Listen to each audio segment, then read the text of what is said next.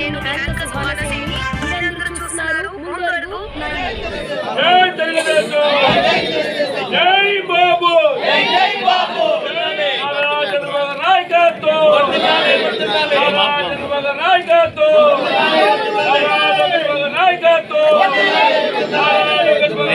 చేసి ఈగో పెట్టుకుని వారెవరిదో ఫోటో ఉంది కదా దాన్ని తీసి వృధా చేసే పరిస్థితి లేదు ఈ ప్రభుత్వానికి. అంత ఈగో ఈ ముఖ్యమంత్రి గారు అప్పుడు 4వ సారి పాలించడం. ఈయనకి తెలుసు మొత్తం అంతా డబ్బు ఎలా వస్తుంది, ఎంత కష్టపడితే పేద ప్రజల ట్యాక్సుల ద్వారా సామాన్య మానవుడు, రిచ్ పీపుల్, బిలో పవర్టీ అందరూ ట్యాక్సులు కట్టే ధనంతో మనం ఇవన్నీ కొంటున్నాం, నా డబ్బుతో కొంటలేదనేది ఆయన పూర్తిగా తెలుసు. అందువల్లే ప్రతి వస్తువుని సద్వినియోగం చేయాలనే ఉద్దేశంతోనే ఈ ఈగోతో కూడిన ప్రభుత్వం కాదు ఇది. చాలా డెమోక్రటిక్గా పాలించే ప్రభుత్వం కాబట్టి ఆ నిర్ణయం తీసుకున్నారు. అంటే అన్ని రకాల 4 రోడ్లు రింగ్ రోడ్ లాగా ఎటు పెడితే వెళ్ళిపోతాం. ఎందుకంటే ఖచ్చితంగా రాష్ట్ర అభివృద్ధి సంక్షేమమే ధ్యేయంగా పెట్టుకుంటాం.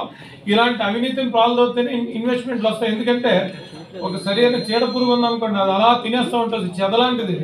ఈ చెదను వదులుస్తాం. వైజాగ్ నుంచి మాత్రం ఈ చెద పురుగులందరినీ 4-5 చెద పురుగులు ఉన్నాయి.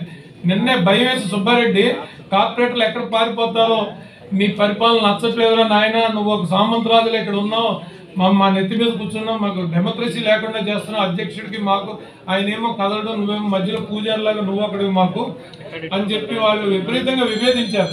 అది తెలుసుకుని ఉటావుటిన హైదరాబాద్ నుంచి వచ్చి నిన్న కార్పొరేటర్లను బతిమాలుతున్నాడు. ఇంతకుముందు కార్పొరేటర్లను చీడ పురుగులా చూసేవాడు. ఇదే జగన్ నిన్న ఎమ్మెల్సీలతో మీటింగ్ పెట్టుకున్నాడు. ఈ ఎమ్మెల్సీలు అనే వాడికి ఈ కాన్స్టిట్యున్సీ రివ్యూలు చేస్తే కూడా ఈ మార్కులు వేస్తూ ఉండేవాడు. నీకు టికెట్ ఇస్తాను, నీకు ఇవ్వను, నీకు బాగుంది, నీకు బాగోలేదు, గ్రాఫ్లు ఒక ఎల్ఈడి స్క్రీన్ పెట్టి గ్రాఫ్లు చేసేవాడు.